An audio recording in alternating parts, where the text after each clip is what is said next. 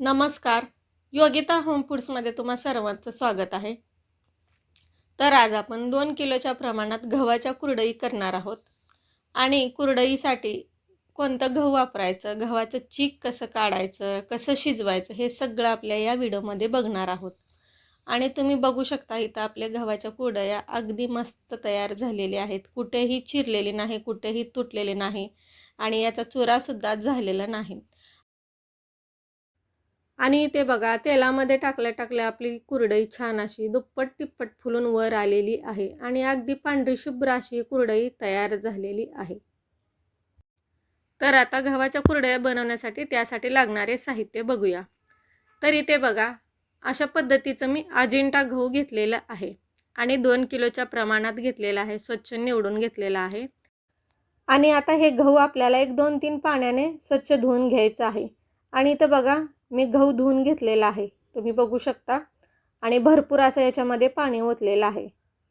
हे गहू आपल्याला 3 ते 4 दिवस भिजत घालायचं आहे आणि रोज आपल्याला यामधलं पाणी काढायचं आहे. इथे बघा दुसरा दिवस झालेला आहे आणि इथं बघा पाण्याला वरती फेस आलेला आहे. तर हे वरचं पाणी आपल्याला काढून घ्यायचं आहे आणि तुम्ही बघू शकता इथं गहू अगदी फुलून वर आलेला आहे. तर यातलं वरचं सगळं पाणी काढून घेऊया आणि दुसरं पाणी टाकूया. इथे बघा दुसरं पाणी आपण ओतून घेतलेलं आहे. अशाच पद्धतीने 1-4 दिवस आपल्याला हे गहू भिजत ठेवायचं आहे आणि रोज आपल्याला पाणी बदलायचं आहे.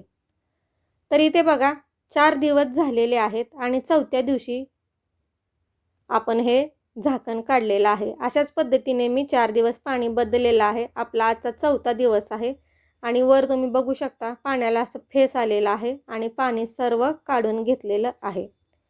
आणि गहू बघा इथं छान असं बोटाने दाबून बघायचं भिजलेलं आहे आपलं गहू छान. तर माझ्याकडे चीक काढायची मशीन नाही, तर इथं मी मिक्सरच्या भांड्याचा वापर करणार आहे. इथं बघा मोठं मिक्सरचं भांडं घेतलेलं आहे आणि याच्यामध्ये अशा पद्धतीने गहू घातलेला आहे. तर यामध्ये थोडं पाणी घालून आपल्याला हे गहू छान असं मिक्सरला वाटून घ्यायचं आहे. तर बघा इथं गहू आपण मिक्सरला वाटून घेतलेला आहे आणि छान असं बारीक दळलेलं आहे. आता हे गहू आपल्याला एका मोठ्या भांड्यामध्ये काढून घ्यायचं आहे. इथे बघा वाटून घेतलेलं गहू आपण टोपल्यामध्ये टाकलेलं आहे.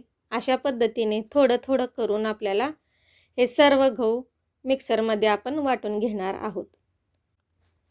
तुम्हाला जर मिक्सरच्या भांड्यामध्ये हे गहू दळायचं नसेल तर तुम्ही पाट्यावर सुद्धा वरवट्याने हे गहू दळू शकता आणि याचं चीक काढू शकता. तर इथं बघा अशा पद्धतीने आपण हे सर्व गहू मिक्सरच्या भांड्यामध्ये बारीक करून घेऊया. एकदम बारीक पेस्ट पण करायची नाही, अलगद थोडीशी जाडसर ठेवायचं आहे, तुम्ही बघू शकता.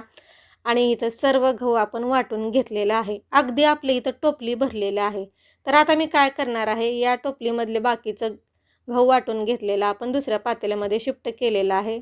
भरपूर प्रमाणात होतं, त्यामुळे 2 भाग केलेले आहेत आणि टोपलीमध्ये आता मी पाणी ओतलेलं आहे.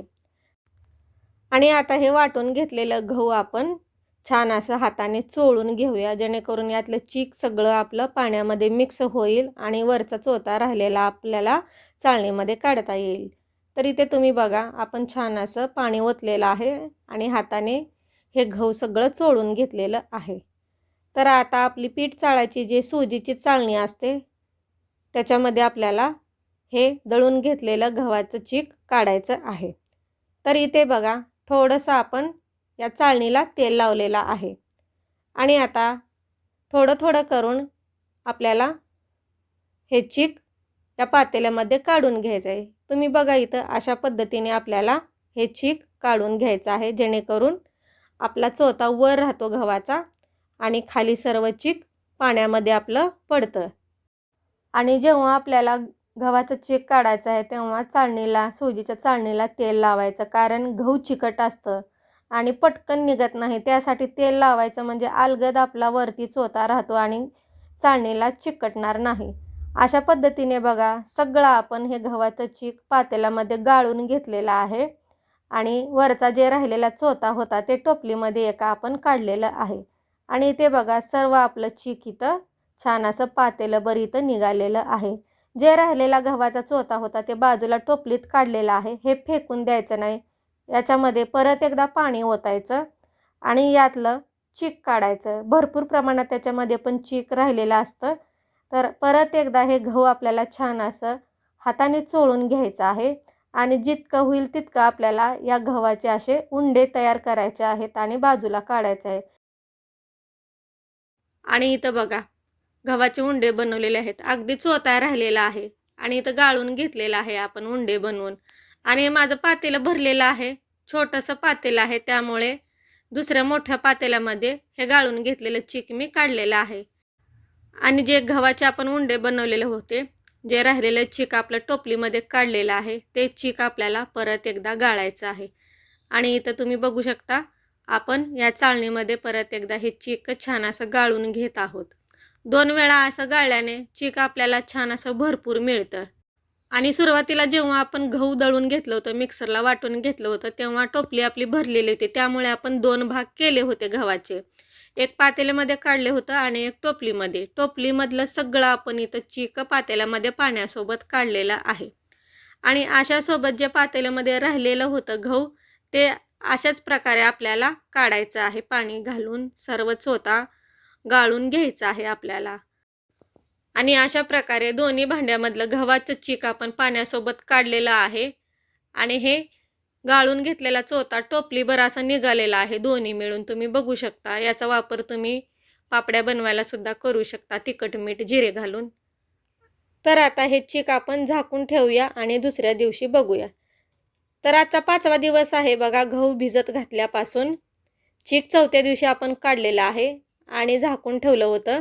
आणि इथं बघा वरती आपलं पाणी एवढं साचलेलं आहे आणि खाली चीक बसलेला आहे. तर वरचं जेवढं निघेल तेवढं पाणी आपल्याला या टबामध्ये काढून घ्यायचं आहे. आणि तुम्ही इथं बघा आपण सर्व पाणी इथं काढलेलं आहे. आणि जेव्हा पाण्यासोबत आपलं चीक जात असेल तेव्हा आपल्याला इथं पाणी काढायचं थांबवायचं आहे. तुम्ही बघू शकता अलगद असं आपण जेवढं चिकामध्ये पाणी आहे ते सगळं काढलेलं आहे आणि इथं आपलं भरपूर प्रमाणात चीक छान असं निघालेलं आहे. चीक जे काही आहे ते तळाला जाऊन बसतं आणि वरती राहतं ते पाणी. इथे बघा दुसऱ्या पण छोट्या पातेल्यामध्ये मी काढून घेतलेलं होतं थोडंसं गाळलेलं आणि त्यातलं पण पाणी काढून घेतलेलं आहे. अशा पद्धतीने दोन्ही पातेल्यामधलं आपण पाणी काढलेलं आहे आणि खाली तळाला जाऊन बसलेलं आहे ते चीक. इथं बघा चीक असं घट्ट झालेलं आहे आणि गहू चिकट असल्यामुळे हे चीक पण घट्ट होऊन बसतं. त्याला बोटाच्या सहाय्याने अलगद असं एकजीव करून घ्यायचं. तर अशा प्रकारे सगळं चीक आपण एकजीव केलेलं आहे आणि छोट्या पातेल्यामध्ये काढलेलं आहे, कारण आपल्याला चीक इथं मोजून घ्यायचं आहे. दुसऱ्या मोठ्या पातेल्यामधलं पण चीक घ्यायचं आहे. सगळं एकजीव करायचं. जेवढं जितकं खाली घट्ट बसलेलं आहे ते सगळं आपल्याला एकजीव करून घ्यायचं आहे. आणि इथं बघा आपण दोन्ही पातेल्यामधलं चीक आपण या छोट्याशा पातेल्यामध्ये काढलेलं आहे.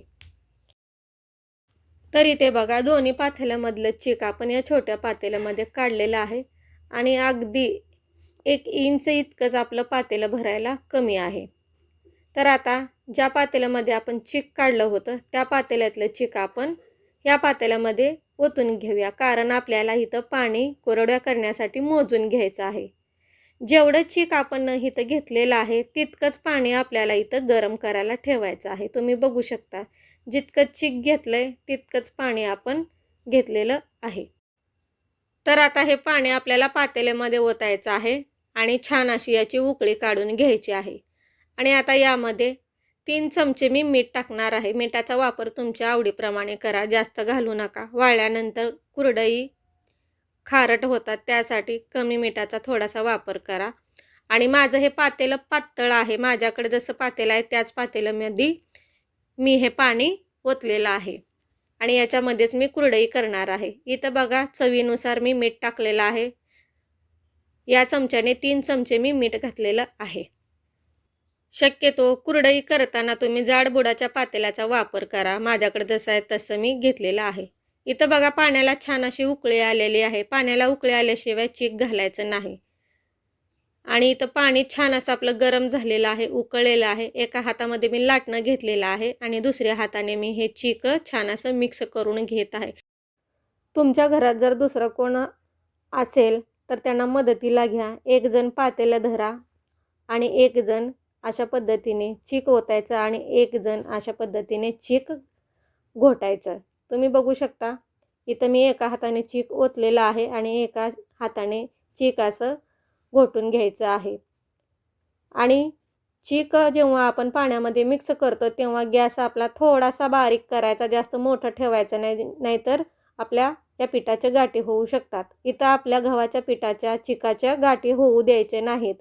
त्यासाठी आपल्याला छान असं सतत आपल्याला हे पीठ घरटून घ्यायचं आहे, घोटून घ्यायचं आहे.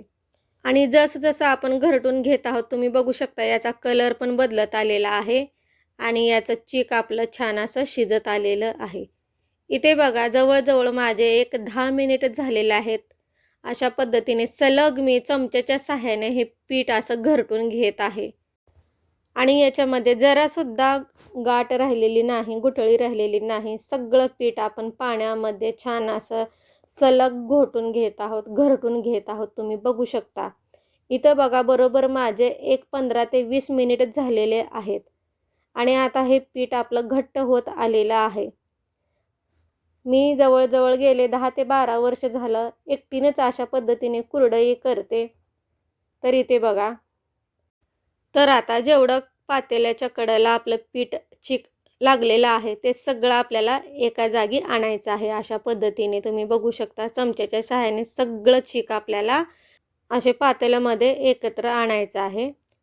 तर हाताला थंड पाणी लावायचं आणि थंड पाणी लावूनच हे चीक छान असं मधोमध ओढून घ्यायचं. तुम्ही बघू शकता काय होतं, हाताला पाणी लावल्याने चीक आपल्याला पोळत नाही, नाहीतर चीक लय पोळतं. थंड पाणी हाताला लावल्याने जाणवत नाही गरम असलेलं. इथे बघा सगळं आपण अशा प्रकारे चीक मध्यभागी आणलेलं आहे. आणि आता याला बारीक गॅसवरती थोडंसं झाकण लावून शिजवून घेऊया. एक 10 मिनिट घेऊया झाकण लावून आणि 10 मिनिटामध्ये आपण इथं तुम्ही बघू शकता बारीक गॅसवर मी ठेवलेलं आहे. आता हे चीक परत एकदा आपल्याला घरटून घ्यायचं आहे. आणि हे गव्हाचं चीक शिजवण्यासाठी मला इथे 35 ते 40 मिनिट लागलेले आहेत.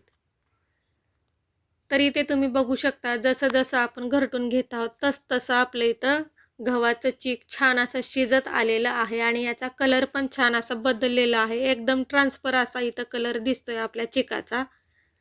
तर गव्हाचं चीक कसं शिजलंय हे बघायचं. आता तुम्हाला मी दाखवते गव्हाचं चीक शिजलंय कसं हे ओळखायचं. तर इथे बघा थोडासा पाण्याचा ओलसर हात करायचा आणि त्याचा छान असा गोळा तयार करायचा.